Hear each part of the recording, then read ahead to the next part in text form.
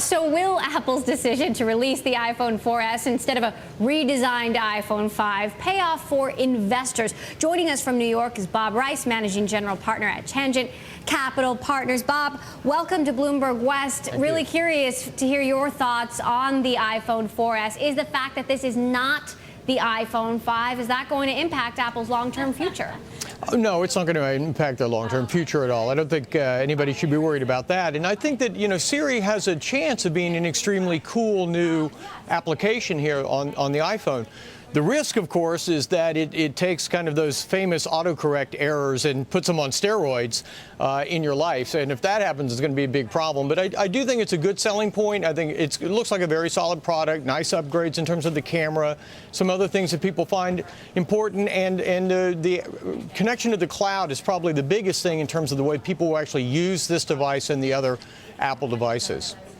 Still, Bob, the changes are incremental from a consumer's perspective. Are buyers going to understand that this is indeed a better phone, and are they going to go out and buy it? Well, it's hard to imagine there's going to be a giant rush for this product as there have been for many of the Apple products in the past. And, of course, it's to be expected. It's really hard to maintain the kind of magic that the company has been able to muster in terms of its past product releases. But I do think people will go and buy it. I think another reason that they probably didn't try to do anything more radical, frankly, is the iPhone 4 itself is continuing to sell extremely well. And there's no real need to cannibalize those sales right now. How do you think Tim Cook did? I mean, do you think it was a mistake to make kind of a fuss about this new thing being announced and then to have a letdown? Well, no, I don't think so. And again, I think the poor man is, he's operating in the shadow of one of the iconic giants of our economy over the last 100 years. I mean, the guy, Steve Jobs, was an absolute one of a kind. And you simply can't say, well, gee, Tim was disappointing because he didn't, anybody would have been disappointing in that role. And I think Tim Cook is going to be a very fine CEO for Apple.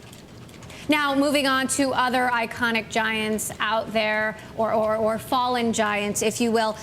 We're reporting that Microsoft is nowhere near close to making a bid for Yahoo, though other reports out there suggesting Microsoft is interested. What's your take on this? My take is I certainly hope that they are not going to make a bid for Yahoo. That would be, they don't want to become a museum of yesterday's businesses, which would be a real risk if they go do this. Microsoft is on a good path these days. They've had some really major improvements in their software, especially their mobile software.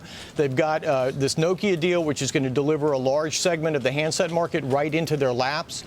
They have the Xbox domination that was, you just guys did a story on just a few minutes ago, which can be leveraged onto the mobile devices. So they've got a real forward-looking strategy here, and I think I think they're underappreciated, frankly, the upside that Microsoft has. Going back and fighting another war off a dying desktop business just is not what they need to be doing. Now, Bob, Bloomberg has also reported that DST, Silver Lake, and Alibaba are together talking about making a joint bid. I mean, whatever is going on, is Yahoo firmly in play right now? Is that what's happening? Well, they're certainly firmly in play. My goodness gracious. I mean, the board sent around the most mystifying memo to the employees saying, hey, hang in there, work hard. And by the way, we're selling the company, so have a nice weekend. A couple of weeks ago, it was absolutely a very morale-damaging kind of memo, but it clearly put the company in play.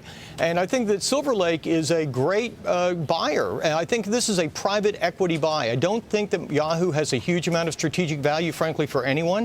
But I do think that they're going to continue to make money, and you'll be able to squeeze EBITDA and profits out of it for many, many years. It's very cheap to borrow money for the PE firms right now, so it's a very natural PE target. And there are others in technology companies. Frankly, this is the sort of thing that probably should have happened to AOL. Well, we will be closely following whatever happens. Bob, stick around. We're going to talk to you more about HP coming up after the break. Activist hedge fund manager Bill Ackman says people are begging him to take a stake in Hewlett-Packard. But he told Bloomberg TV's Eric Schatzker that the higher the brain damage to a company, the higher the profit has to be to justify his investment. And for a company lacking clear direction, it seems unlikely that Ackman will be making a bet on HP. Yeah, I was actually at HP yesterday. I happened to be there for a meeting unrelated to their core business, and it was just depressing walking around. The morale of the employees going from an outstanding company to one where they don't understand the direction of the business. Ouch. Bob Rice, Managing General Partner at Tangent Capital Partners, joins us again from New York. Bob, do you share Bill's distaste for HP there? Well, I certainly agree with him that it's a company that desperately, desperately needs a vision and has needed a vision for several years. I think that the board there, frankly, has just done a terrible job of articulating a direction for the company and sticking to it. I don't really blame the merry-go-round of CEOs that they've had because they seem to be handing the baton of the strategic direction of the company off to a series of CEOs, and that's really not what the board should be doing. All right, Bob, take a listen to what exactly Mr. Ackman thinks is the problem at HP. And the problem is that HP is in a number of businesses where I think it's very difficult to predict what the business is going to look like 5 years from now, let alone over the many, many years of a discounted cash flow calculation you need to figure out what the business is worth. So He uses the term brain damage. I mean, it sounds kind of extreme, but Bob, is he on the right track? He's on the right track. I do agree. It's a little bit harsh, but the reality is that again, you have to articulate a vision. And one of the things that I think is very interesting about this, a lesson that can be drawn about this HP merger with Compaq a few years ago, is that took so much energy and so much time and so much executive bandwidth that frankly the company kind of was looking down at the Compaq business for a long time and not paying attention to the mega trends which have simply overwhelmed the computing business these days. They need to be able to articulate a vision for how they're going to play with the cloud, how they're going to play in mobile computing, and how those things are going to impact enterprise, which is, of course, their heart and soul. Those things are possible to do, but they're not doing them. Now, Meg Whitman seems to be trying to articulate this vision. To be fair, she's only been in a job for about a week. She says they're going to make a decision about the PC business within the month. She talked a bit about the investing environment being very complicated at the moment in the tech landscape. But do you think Meg Whitman can fix this? Is she the right person for this job? Well, to be completely blunt, I wouldn't have picked her. I mean, she's a wonderful person and she's a great executive for a different kind of business. HP is a very, very unique business. It's a little bit like the change that IBM went through several years ago when Gerstner went in and changed it from a hardware company to a hardware plus services plus software company. Now, HP has a chance to do that. I'm actually one of the few people, I think, who didn't hate the autonomy transaction, even though, okay, maybe they paid a little too much. It doesn't really matter if it's going to give them a strategic direction, and big data is a strategic direction.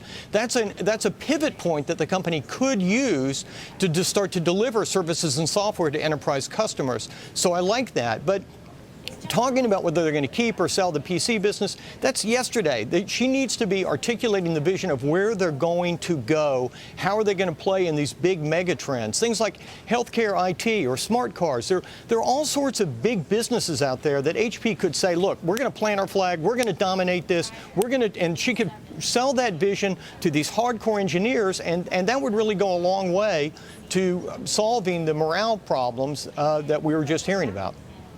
We'll be watching to see how Meg Whitman tries to restore certainty to a very uncertain environment at HP. Tangent Capital's Bob Rice, thanks for joining us here.